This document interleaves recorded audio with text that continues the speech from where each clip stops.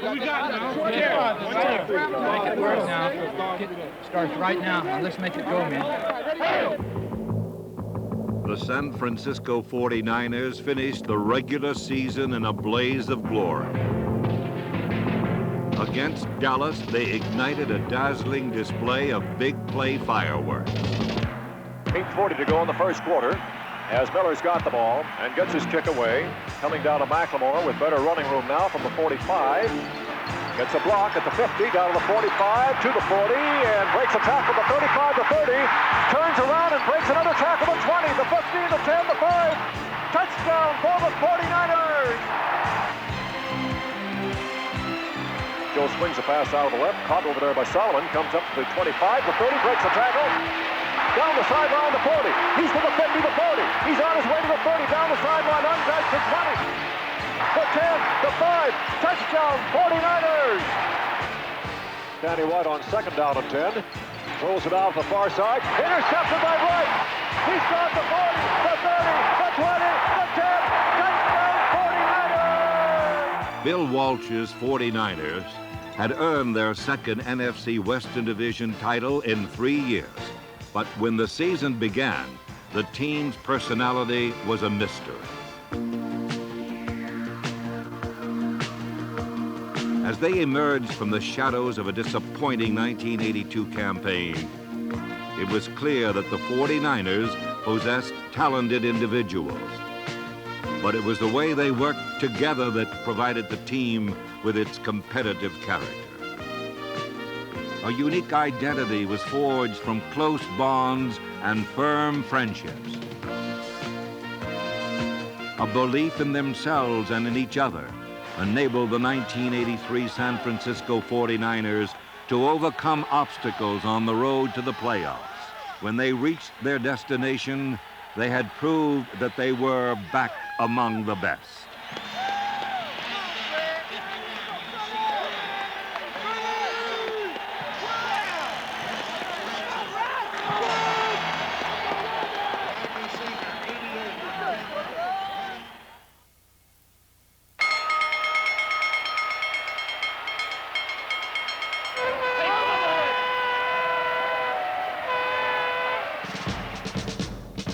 Opening day beckoned the 49ers with the bright promise of a new place in the sun. Against Philadelphia, number 26, Wendell Tyler's touchdown run provided an early advantage. When that lead was erased, reserve quarterback Guy Benjamin and tight end Earl Cooper, number 49, combined for a 73-yard scoring play that narrowed the 49ers' deficit to 5 points. But the comeback trail proved to be a dead-end street. The specter of self-destruction that had haunted the team throughout 1982 eclipsed opening day's promise of a place in the sun. With 16 seconds left to play, a last-gasp game winner to number 87, White Clock, was nullified by a holding penalty, and the 49ers fell 22-17. But 5 days later, the Niners got their heads screwed on straight and went back to work. In Minnesota, they simply demolished the Vikings 48-17. The following week in St. Louis, Tim Collier and Dwight Hicks, number 22, returned interceptions for touchdowns in a 42-27 victory. In the next 2 games, 5 scoring passes by Joe Montana paced wins over Atlanta and New England. In the 7th week, a team record 6 field goals by Ray Wershing against the Saints helped the 49ers rebound from a loss to the Rams. They then went on to post a come-from-behind victory in Anaheim, where the tide was turned by number 76, Dwayne Board, who stripped the ball in the Rams' end zone for a touchdown. After 8 games, the 49ers stood alone and confident atop the NFC West. I think confidence from the quarterback sense also stems from the people around him. When you have confidence and the people around you have confidence, It's like a snowball. Once it gets going down the hill, it's hard to stop. A revitalized rushing attack that had been the NFL's worst in 1982 was also instrumental in the 49ers' tear through the first half of the season. Spacious running lanes were blasted open by a demolition crew of an offensive line known primarily for its solid pass protection. Early in the year, in fact, this unit's ability to run block had been ridiculed on the pages of Sports Illustrated. About the third week of September, there was an article in Sports Illustrated that said that, you know, we were a type of offensive line, couldn't knock a hole in the screen door. And Randy cut it out and put it up on his locker before the game, and it kind of gave us all a little incentive. The line's steady anchor was 10-year veteran Keith Farnhorst, number 71.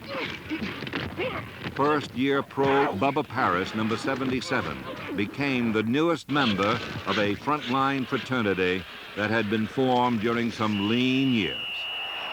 We've got 4 of us with Keith and John and Fred and I that have been together now for 5 or 6 years through some pretty adverse situations, a couple 2-14 seasons and whatnot. So it really has bonded us a lot closer together as a group. As a result of that friendship and that bond between all of us, naturally is something that is carried over to our life off the field. This buddy system thrived on the good times its members enjoyed off the field and the hard times they provided on it. We're nice guys to meet. We're pretty friendly people, but don't turn your back on us. Those turning their backs on the 49ers' defensive comrades in arms did so at their own peril. But then it was no picnic to mount a head-on challenge against these shock troops, which included ends Jim Stuckey, number 79, Lawrence Pillars, Jeff Stover, and Dwayne Board. Number 76, Board, produced 13 of the 49ers' 57 sacks, the second highest total in the NFL. Like Board, linebacker Keena Turner, number 58, played on both passing and rushing downs, while establishing himself as a high-velocity hitman capable of exploding with sudden impact. The specialty of strong safety Carlton Williamson, number 27, was submarining blockers, then sinking runners. His tenacity was matched by backs Rick Jervis, Tom Holmoe, and Ronnie Lott, number 42.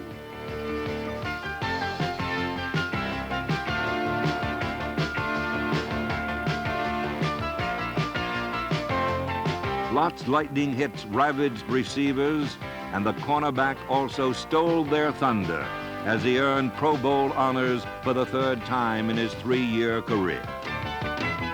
On offense, running backs Roger Craig, number 33, and Bill Ring, number 30, displayed an aggressive style of play that suggested a kinship with the 49er defense. The undersized Ring ran tall in a world of giants, and his teammates voted him the Len Eshmont Award for courageous and inspirational play. While Ring was an inspiration, Roger Craig was a revelation, an unheralded rookie who proved to be a footloose fullback.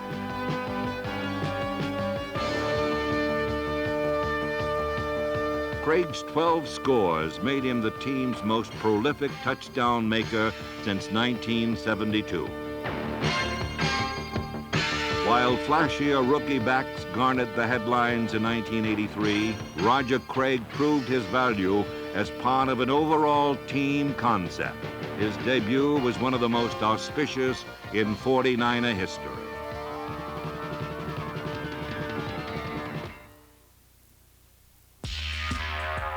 Candlestick Park was supposed to be the 49ers' comfort zone, but for a while it was a twilight zone where the hosts took it on the chin. The Niners began the season's second half with losses to the Jets and Dolphins when turnovers ruined potential score-tying drives. As of 1983's 10th week, the the local heroes had won but once in their last 10 tries at Candlestick. People were starting to believe in a jinx, and Bill Walsh wasn't taking any chances. Well, you can only change so much. We changed the practice time, the hotel, the menu, the meeting times. We're going to search all of the gypsy people that can give us the fortunes and tell us what to do next. It was in the cards that favorable fortune would finally find the 49ers. In Week 11, Joe Montana's 3 touchdown passes helped bury the Saints 27-0, the first of 4 consecutive home victories. Tenacious defense also jettisoned the jinx. Sleek sack specialist Fred Dean, number 74, registered 6 of the team's 9 sacks.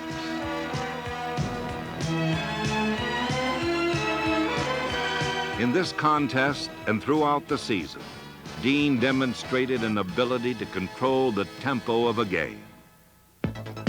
Fred Dean was a deadly weapon, and the 49ers launched him from all over the field. We found that, well, people were setting a scheme to double team Fred quite a bit on pass rush. So we tried moving him around to, say, the opposite side, and he felt very good about it. He got some sacks from that side, and recently we've played him in the middle of our nickel defense. So really what we're trying to do is kind of make him a designated rusher where they can't say, okay, well, he's always going to be there, and we'll put 2 guys on him. With his NFC high 17.5 sacks, Dean got maximum results in a minimum amount of playing time.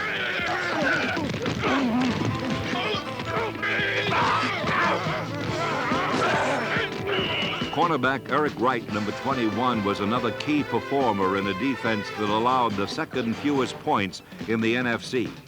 His philosophy was, take what the offense gives you.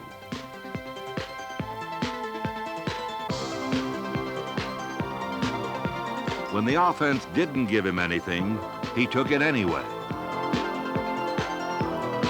Wright returned 2 of his 6 interceptions for touchdowns, and along with Fred Dean, he was a member of a game-busting thriller elite that also included running back Wendell Tyler, number 26.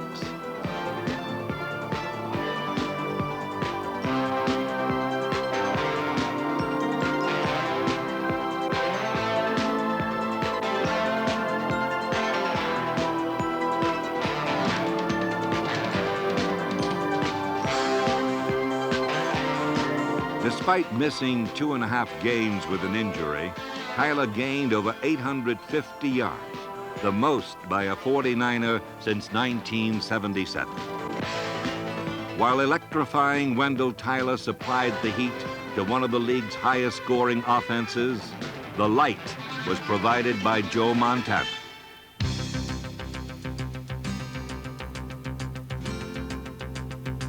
For the 3rd consecutive season, Joe functioned as the 49ers' vital center, the heart from which energy flowed. Montana led the NFC in completion percentage while drawing from an imposing fleet of receivers. He had a dive bomber of a tight end in Russ Francis, number 81. And there were supersonic speedsters like Ronaldo Nehemiah, number 83, and Freddie Solomon, number 88. These targets helped Montana earn Pro Bowl honors as he passed for nearly 4,000 yards and 26 touchdowns.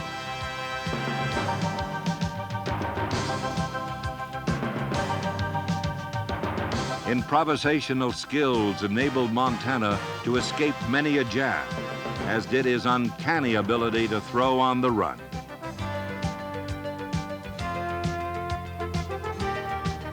But Montana's most important safety valve was once again number 87, Dwight Clark. The pair's productive partnership stems from a close friendship that began when they met as rookies in 1979. He started playing before I did, and then I worked in, and we started working together well, and communication started off the field and carried on. We were friends first before we became better friends on the field and got that connection going. I think anytime you have a personal feeling about someone, it's much easier to work with. If he feels something, he'll tell me. And if I do, I'll tell him. And that works well, off the field and on the field.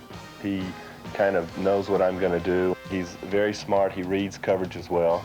And the only thing I do is I try to get open. I try to go to the open space on the field and try to stay away from those big linebackers. Clark's 70 receptions for 8 scores attest to the strength of a remarkable relationship that has adapted to change. I'm married now, and you know, Joe's living with my wife and I, and so it's like a Three's Company type deal. It's hard to play dominoes and shoot pool with your wife. You know, I can, but there's that competitiveness that Joe has. Anything we can compete at pool, we will compete. And I think that's one of the things that keeps us together, that we're both competitive. It's a good situation for me. I can spend time with my wife, yet there's somebody there it's almost like a playmate when you're a little kid.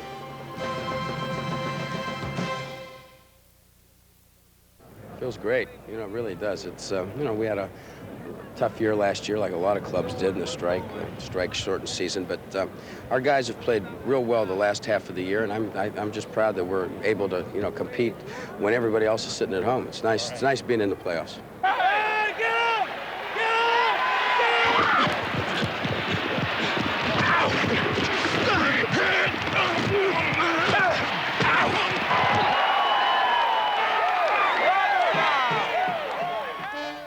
Ronnie Lott produced the first of 5 interceptions against Detroit, and Ricky Ellison, number 50, was responsible for 2 more.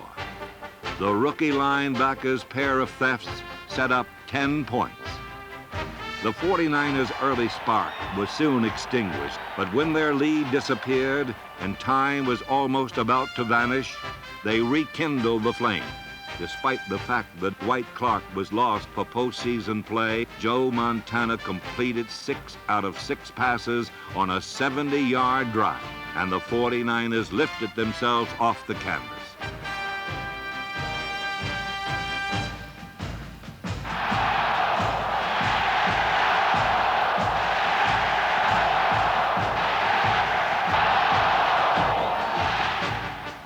Here's Montana ready. Play action fake again. Throws into the end zone. Cut for a touchdown by Solomon. Solomon got it for a touchdown for the 49ers. A 24-23 victory entitled the 49ers to vie for their second NFC championship in 3 seasons.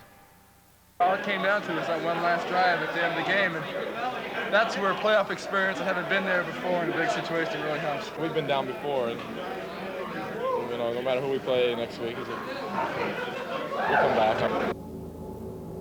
The 49ers' next stop was foreboding indeed.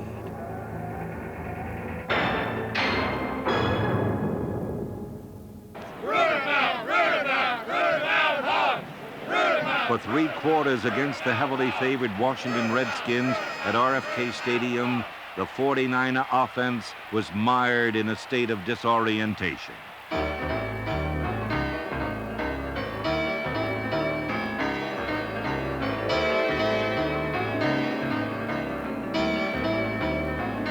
Uncharacteristic mistakes posed a puzzle that Joe Montana and the Niner coaching staff tried desperately to solve.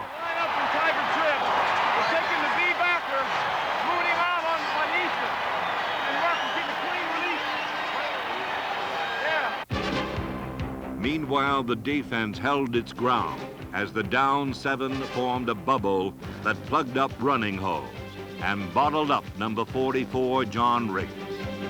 In the first half of play, the 49ers limited the highest scoring team in NFL history to a mere 7 points. Come on, team! Let it go! Let the hook and go! But Washington eventually found a few defects in the 49ers' defensive armor.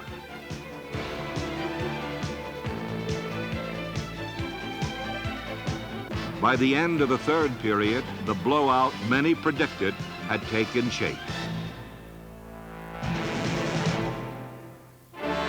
Instead of packing their bags, however, the 49ers reached into their bag of tricks and pulled out all the stops.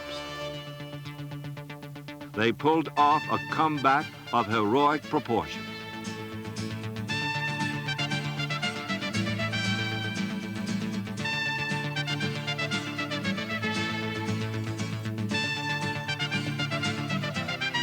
Montana going back to pass, looks toward the end zone, throws a pass. It's caught for a touchdown on the play by Mike Wilson. Wilson takes it for a score. After cracking the Redskins' defense, the 49ers proceeded to shatter it.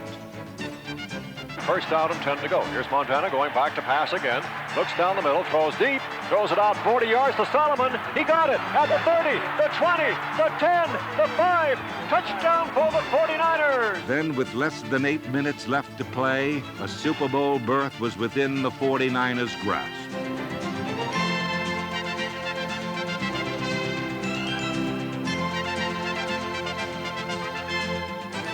Here's Montana going back to pass. Looks toward the end zone. Lofts one to Wilson. He got it. Touchdown for the 49ers.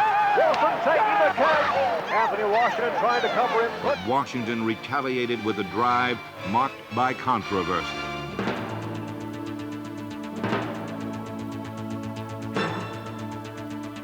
With 40 seconds remaining in the game, a Redskins field goal earned them a 24-21 victory. The 49ers had run out of time, but they had never run out of courage.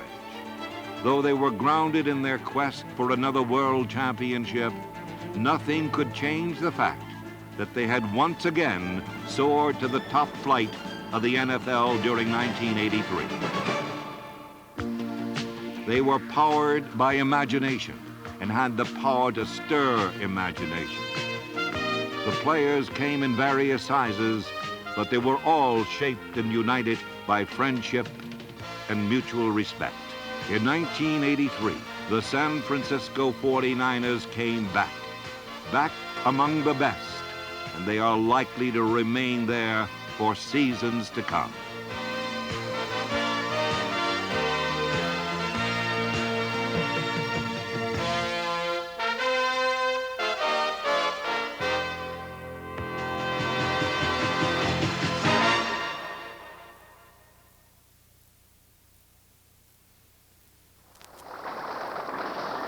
It was one of the finest seasons in the 64-year history of the National Football League.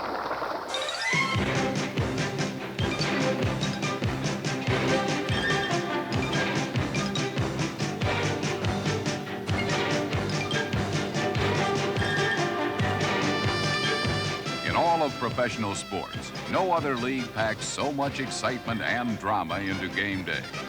All right, Butch, here's a chance. We got the ball first. Now, let's get a block. Go to kickoff. Let's bring it out. Let's have some fun. Let's go.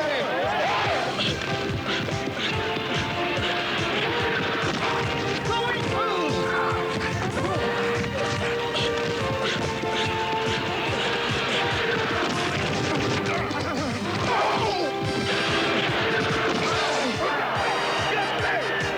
As always, there were dominant players and dominant teams.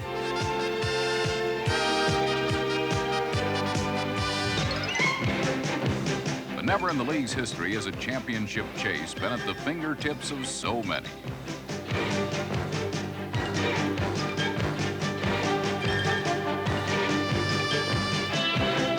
The Detroit Lions rode the enthusiasm and talent of running back Billy Sims, number 20, to their first division championship since 1957.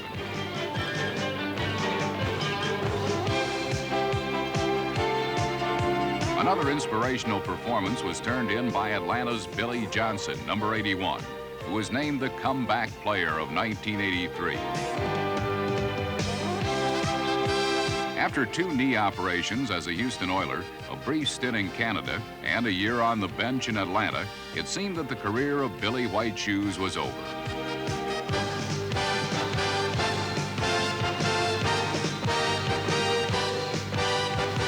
But in 1983, number 81 destroyed such notions with a season so stunning it made believers of dreamers everywhere.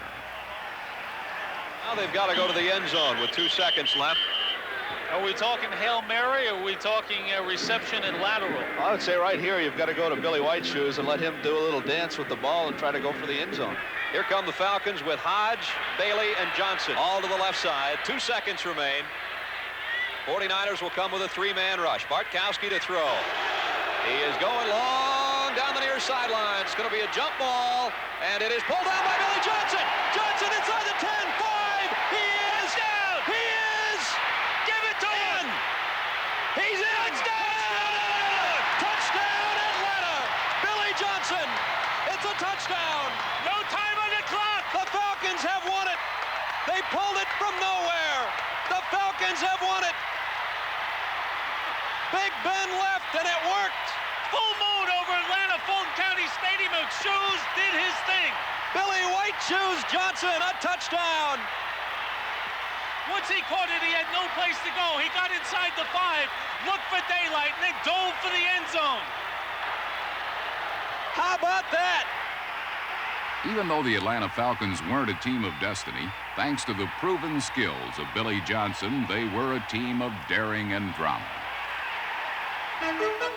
In Denver, the Broncos were banking on the unproven pro skills of quarterback John Elway, the NFL's #1 draft choice. Number 7 won the starting job during preseason, but when the regular season kicked off, Elway couldn't stand up to the pressure.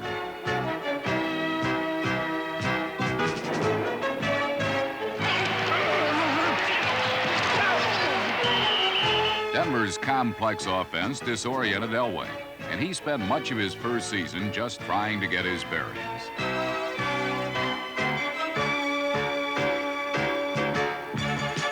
But helped along by head coach Dan Reeves, Elway rebounded and led the Broncos to a wild card playoff berth.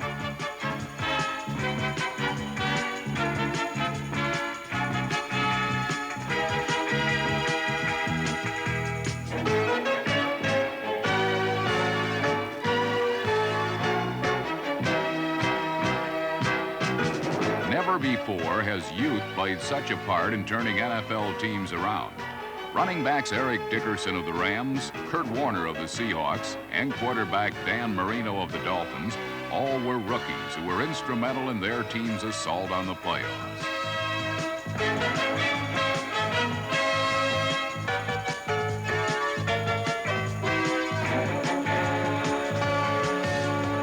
Miami's Don Shula went with Marino in the season's 5th week, and number 13 responded by leading the AFC in passing, while directing the Dolphins to the AFC Eastern title. Marino gave Miami a deep passing game. Number 29, Eric Dickerson, gave the Rams a running attack and a playoff berth.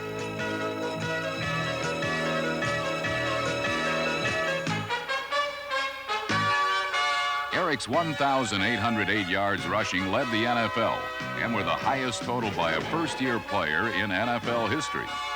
His 85-yard touchdown run against the Jets was also the longest run from scrimmage in 1983. The top rusher in the AFC was Seattle's first-round choice Kurt Warner, number 28.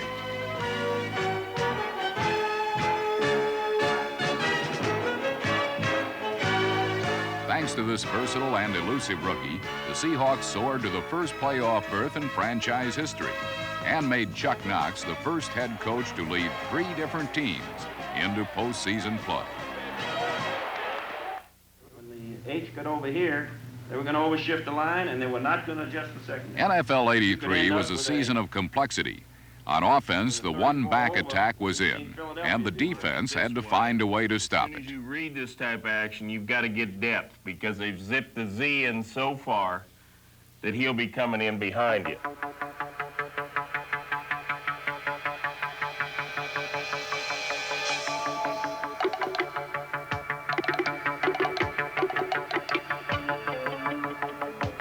Modern defense is formulated around strength in numbers. But one powerful man on the line of scrimmage can still control the game.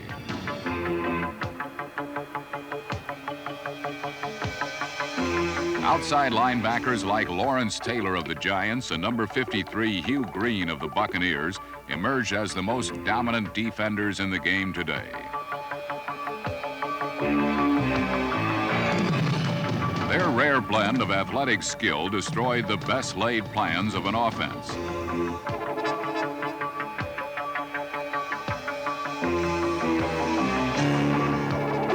In 1983, these and other talented players led a charge that resulted in an NFL record for defensive touchdowns in one season.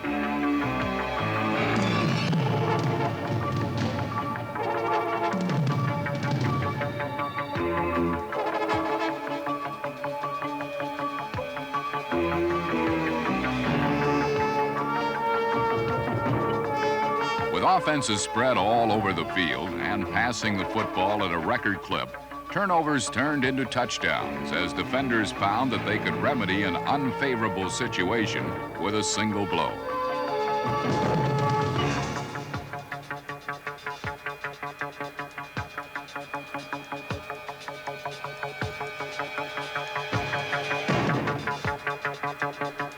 Because of this wide-open approach, the pulse of any game could change rapidly. But this was more the result of the NFL's offenses, whose imaginative plans of attack were as deceiving as they were delightful to watch.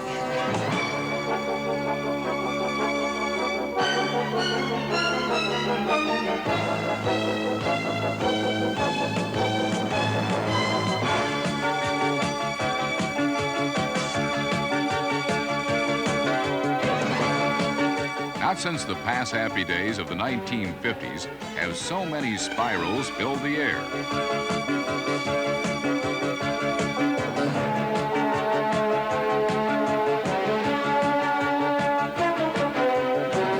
Green Bay's Lynn Dickey was one of 3 quarterbacks who threw for over 4,000 yards.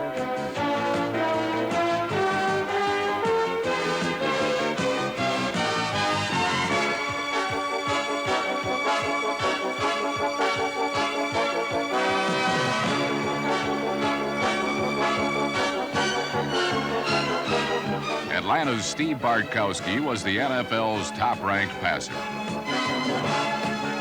With 92 receptions, Los Angeles Raider tight end Todd Christensen led all receivers. Teams won by passing when they wanted to pass, not when the defense dictated that they could.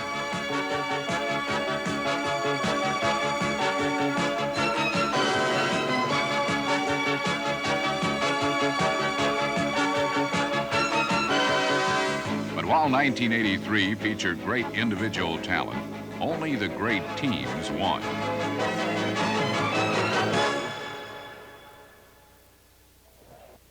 All right, let's go split right close, 20 paint. 20. With its 1 back, 2 tight ends, and pre-snap movement, the Washington Redskin offense, quarterbacked by Joe Theismann, scored 541 points, the highest in NFL history.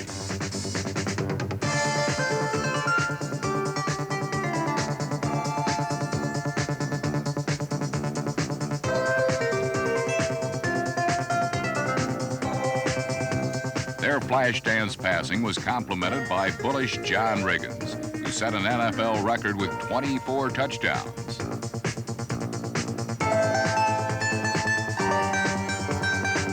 Armed with the best offense in football and the league's toughest defense to run against, the Redskins bred the conviction in an opponent that they would have to play a perfect game to beat them. Only 2 did, as Washington won 14 regular season games and then 2 more en route to the NFC Championship.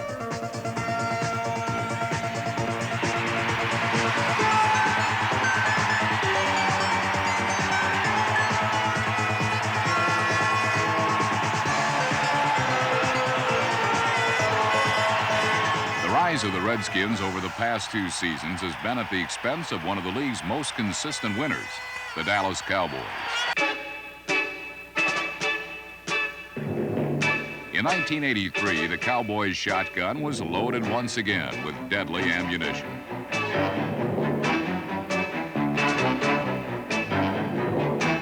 The end zone always seemed in the range of number 33, Tony Dorsett, and number 11, Danny White.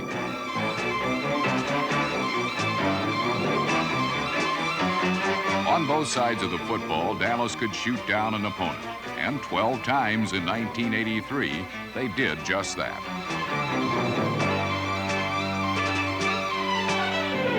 Only Dallas appeared to have the firepower to stop the rampaging Redskins. And in their Monday night season opener, the Cowboys overcame a 23-0 halftime lead to win 31-30. They would win 11 out of their next 13 games and had only to beat Washington at home in the season's 15th Sunday to win the Eastern Division Championship. It began as a typical Cowboy and Redskin shootout.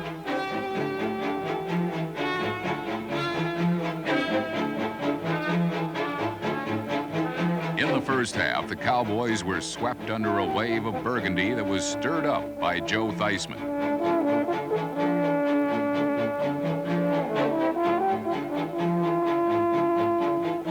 But late in the third quarter, with the contest still undecided, the Cowboys faced a 4th and 1. The plan was to lure Washington off sides and never snap the ball. But at the line of scrimmage, Danny White audibled into an off-tackle play that proved to be the downfall of the Dallas Cowboys. Dallas was routed 35-10.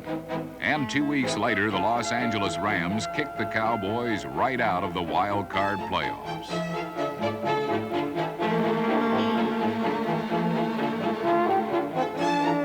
Suddenly, Dallas's 18th consecutive winning season and impressive 12-4 record was overshadowed by their failure to get to the Super Bowl. The New Orleans Saints have never been to a Super Bowl.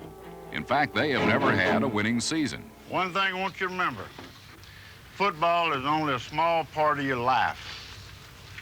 It ain't life or death out there. All we got to do is go out and do the same thing that we've asked from the first day we started. Do everything as good as you can, and then a little bit more. That's all the hell you got to do.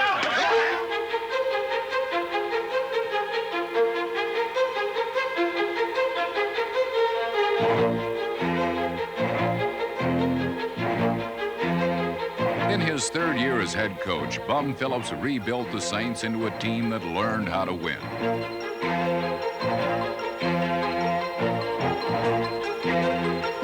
Led by old pro Kenny Stabler, number 16, New Orleans set their sights on something they had always wanted, but never had, a winning year.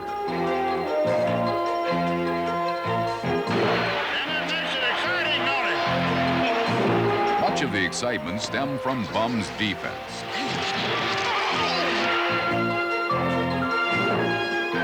The Saints were the NFC's top-ranked defenders, and by the season's final Sunday, New Orleans was but one game away from their elusive dream. Only the Los Angeles Rams stood in their way. Unfortunately, the Saints threw away their golden moment as the Rams scored on a punt return and 2 interceptions.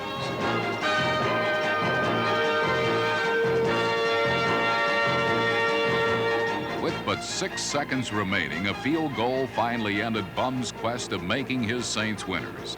And they rode out of 1983 saddled with a record of 8 wins and 8 losses. The Los Angeles Raiders are at the opposite end of the spectrum from the Saints. During the last 20 years, they have been the winningest organization in pro sports. While some suggest that the game has taken on a vanilla flavor as teams seek to avoid mistakes, the Raiders still swing from the heels, regardless of which team has the football.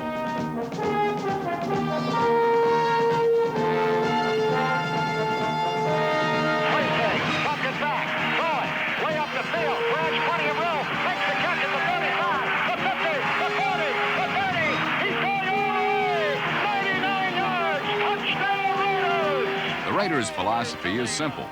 Great players make great plays. Led by stars like Marcus Allen, number 32, they prove this by running away with the AFC Western Division title for the 9th time in the last 14 years.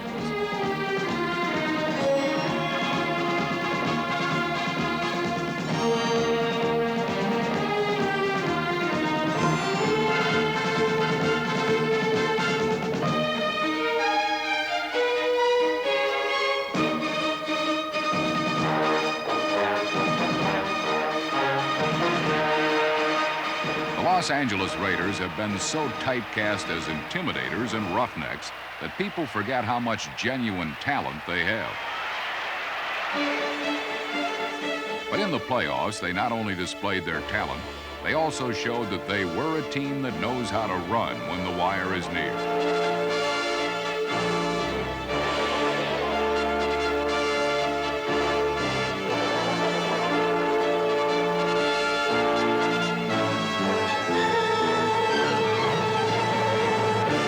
The Raiders destroyed the Pittsburgh Steelers 38-10.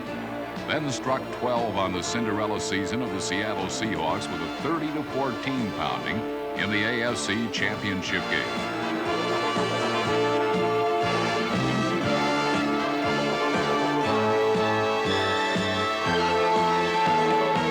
Only the Redskins blocked the championship chase of these mighty Raiders. You guys were magnificent. We played a great football game.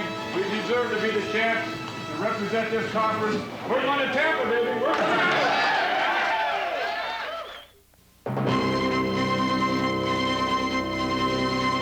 Super Bowl 18. The Los Angeles Raiders and the defending world champion Washington Redskins. What seemed to be a perfect matchup quickly turned into a classic mismatch.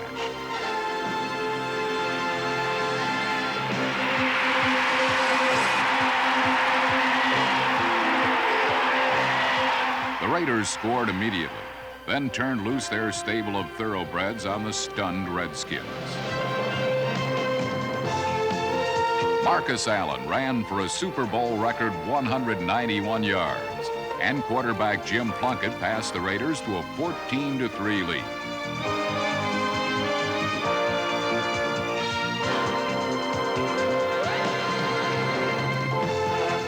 Redskins head coach Joe Gibbs watched helplessly as Raiders cornerback single-covered his speedy wide receivers. This freed the corner linebackers from outside pass coverage and allowed them to blitz and pressure Joe Theismann. The Redskin ground game fared even worse as the Raider inside linebackers shut down the inside power running of John Riggins.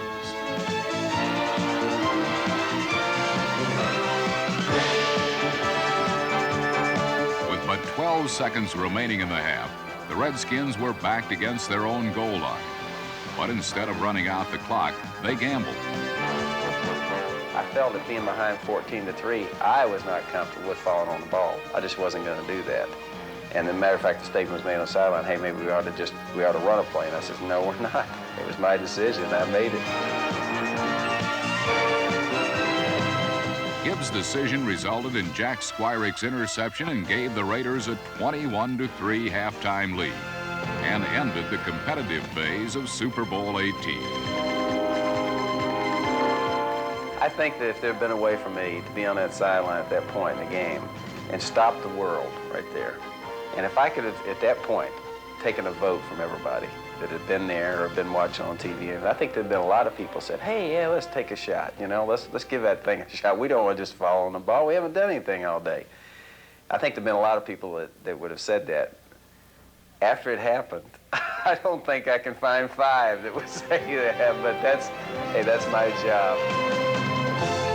The Raiders raced to a blowout of unthinkable proportions, a 38-9 victory over the defending world champions.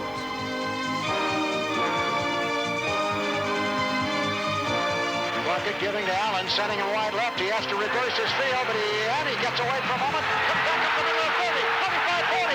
Breaks past 2 men at the 50, down to the 40, picking up a blocker. Oh,